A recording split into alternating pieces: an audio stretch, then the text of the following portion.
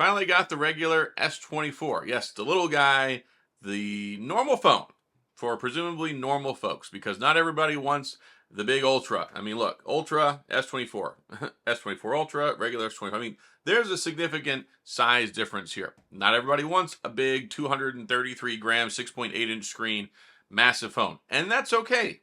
There's nothing wrong with it.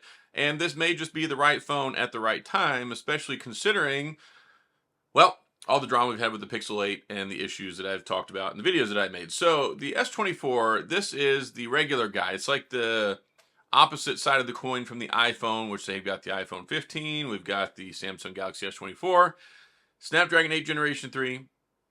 AI features. It's got a flat screen. It's got a 6.2-inch screen on it. 1080p, OLED, big brightness, 2600 nits, all that crazy stuff, 120 hertz. All those great things that you want in a phone. It's light, it's small, it weighs a lot less, it has nice rounded corners. It looks just like an iPhone. And I talked about this when I made my S24 Plus video. If it doesn't have the Samsung logo right here, I mean, if you take a look at it from the side, my wife thought it was an iPhone. I was handing it to her at lunch and I was like, here, check out this new phone. She's like, what is this, the iPhone? And I'm like, no, look at the back. And she sees the Samsung logo and ta-da, yes. So not only did the S24 Plus fool my wife, the regular S24 Plus also fooled my wife. And I don't know, there's something to be said for copying something that works, but also, I mean, it does look nice. I mean, it is a really, really nice looking phone. I mean, take a look at that. Rounded edges, you got the antenna band there. I love this color that's on here. You've got the 3-stack camera system on the back. So there are benefits if you take a look at this, like the regular S24 versus the iPhone 15. The iPhone 15 gets 2 cameras. It gets 2 cameras. It has a regular, and then it has the ultra wide. This one you have the 3 times telephoto on here, optical, so you can do some reach out and touch photos a little bit better. You get some intermediate portrait shots and stuff. 50 megapixel camera on here, and then you get the beautiful screen. So I like the Samsung phones. I think that they're good. I think that the S24 is probably pretty well priced. It didn't get a price increase this year. So if you take a look at the S24, stayed $799. You take a look at the S24 Plus, stayed $999. The only one that went up was the Ultra, which went to $1299. And yeah, I've had my thoughts on that. But this is actually just slightly cheaper than the iPhone 15, because if you buy the iPhone 15 outright from like Apple, they charge you, I think, $829. They charge you an extra $30 on top of what it would cost if you get it on a payment plan, which is something that's always kind of pissed me off. If you go buy an iPhone from the Apple store, you pay full price. But if you go get one from T-Mobile, it's $799, but they break it up into payments. It's really, really weird. I don't know why they do that. But anyway, so yeah, USB-C charging. There are some differences here. So we do have a smaller battery, but we have a smaller phone. It's also 1080p. It's not Quad HD Plus, which I don't have any heartburn about on a 6.2-inch screen. Your eyes really can't tell the difference all that much. I'm an advocate for having Quad HD Plus when you get a bigger screen like 6.6 inches, 6.7, 6.8. You really need to have that Quad HD Plus to maintain that quality of life and the pixel density, so that way it looks more high quality, everything looks sharper, it looks better. So 1080p on here doesn't bother me. 120 hertz refresh rate, 2600 nits brightness. Things that do irk me though is 25 watt charging.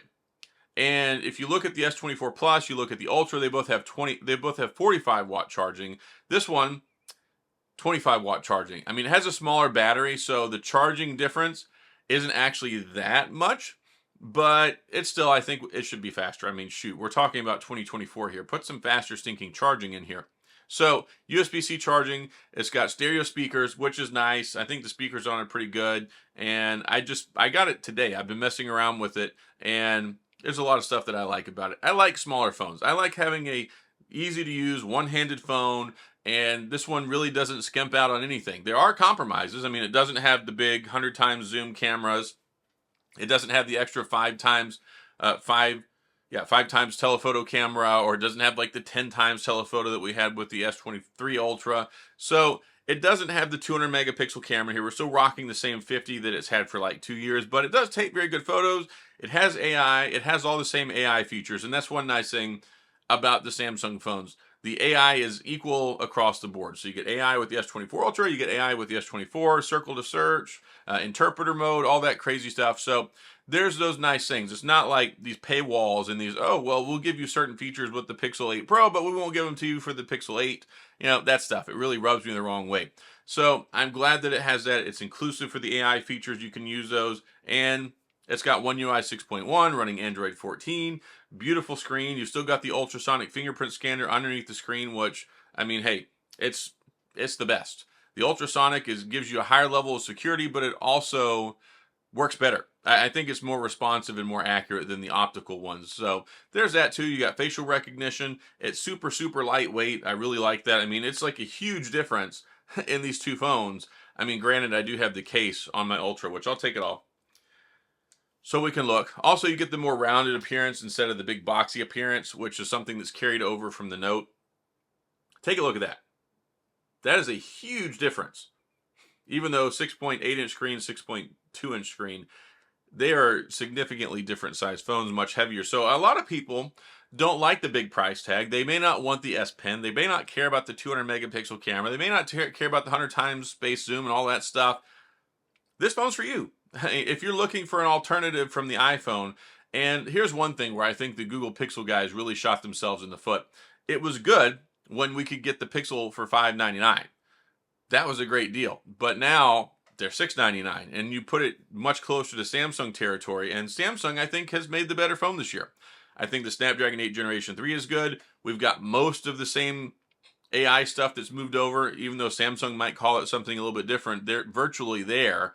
And when you take a look at it from a build quality perspective, you get 3 cameras instead of 2. I mean, there's just a lot to like here. Plus, you get the 7 years of support now, 7 years of operating system updates, 7 years of security patches. So if you like Samsung, you're probably going to like this phone. If you like Android phones, you'll probably like this phone. I know some people don't like One UI. And one thing that irks me, and I still get comments to this day, where people say there's so much bloatware on here. Look, there's not bloatware on this phone. Bloatware was like, okay, you got your carrier phone, you picked it up at AT&T, and there's like 50 different stupid apps they had preloaded on there that you couldn't get rid of. Like the AT&T voicemail or the AT&T something else. Like there was like so many different apps. What we have on here, we have app redundancy, because you might have, let's say, the Samsung calendar on here, and you also have the Google calendar. Okay, something like that's understandable. Like if you go into the Google apps, I mean, you've got Google, you got the Google Photos app, but then you have the Samsung Gallery. So the thing is when you take a look at Samsung, they take Android and then they put their own little flavor on it. They make it their own. They've come up with their own user interface, and it looks distinctly different than what you get with a Pixel phone, which is a more stock original Android experience. But a lot of people like One UI. I really like One UI. I think it's nice. I like what they've done with it. Everything's nice and it's colorful. And of course you have all the different Samsung apps. Some of the Samsung apps are better. So there's just, it's not bloatware. And the thing is, you can delete most of that crap. I get so many people like, oh, there's so much bloatware. Really? There's like 2 photo album apps. I mean, there's very few apps that are on here. But the thing is, a lot of people question why they're there. Well, Samsung makes all their stuff. Like they make their own messaging app. They make their own calculator. They make their own photo album app. So it's to go uniformly with the experience. If you have all the Samsung apps on here and then you open up the Google one, you know, it looks different. It's Google's own app. So I appreciate what Samsung does here. It's not bloatware. Delete it if you don't want it. Some people even like to use their own launchers. Like, do whatever you want. Customize it. And that's one of the beautiful things about Android. You can do pretty much whatever you want with it.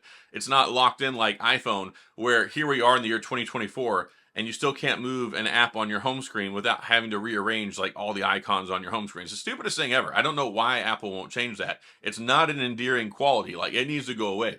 So this phone, I like it. It's neat. It was nice of Samsung and T-Mobile to send it out to me. I was surprised.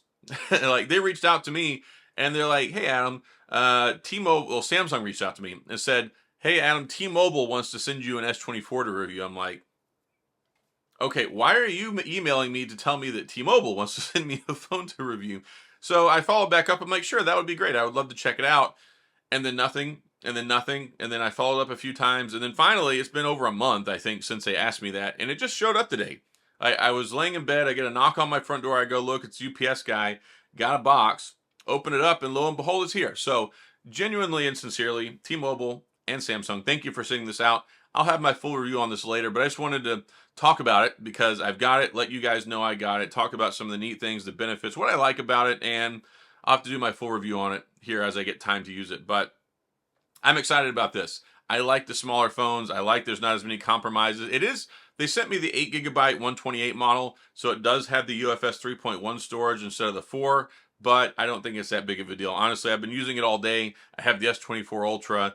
There's not a whole lot in day-to-day experience that really matters that much. It's more for installing stuff and running things. They'll load a little bit faster, uses a little bit less power, but otherwise, yeah, let's see what it's all about. So that's all I've got. If you have any questions or comments, please go to the comment section. I'll do my best to get back with you. If you enjoyed the video, if you found this helpful, if you like the Samsung content, well, you're in the right place because I cover a lot of Samsung content, a lot of Google stuff, and some other things along the way. But hopefully you enjoy it. Hit the like and subscribe button, little notification bell if you want updates when new videos come out. And as always, thanks for being here. I appreciate you watching, and I'll see you guys next time.